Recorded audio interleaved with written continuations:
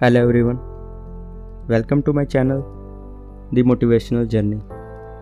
दोस्तों, एक और मोटिवेशनल स्टोरी लेकर आपके सामने फिर हाजिर हूँ। चलिए शुरू करते हैं। एक समय की बात है, गौतम बुद्ध रोज अपने शिष्यों को उपदेश देते थे।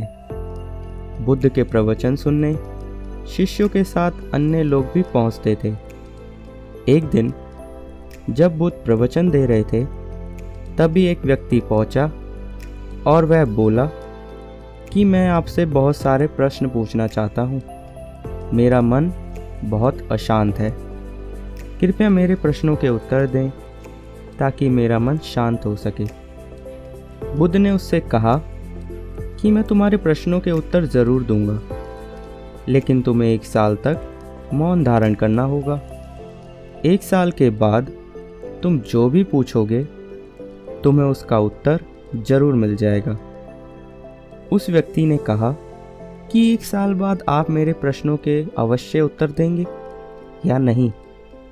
बुद्ध ने कहा, तुम्हें सारे प्रश्नों के जवाब दूंगा, लेकिन 1 साल बाद। बुद्ध की बात मानकर उस व्यक्ति ने मौन व्रत धारण कर लिया। धीरे धीरे मौन की वजह से उसका मन शांत होने लगा। वह ध्यान में उतरने लगा, मन भी शांत होने लगा। उसके सभी प्रश्न खत्म होने लगे। 1 साल बीत गया। समय पूरा होने के बाद बुद्ध ने उस व्यक्ति से कहा कि अब तुम अपने प्रश्न मुझसे पूछ सकते हो। यह बात सुनकर वह व्यक्ति हंसा कि 1 साल पहले मेरे मन में कई प्रश्न थे, लेकिन अब सारे प्रश्न शांत हो गए हैं। अब मेरे पास आपसे पूछने के लिए कोई भी प्रश्न नहीं है।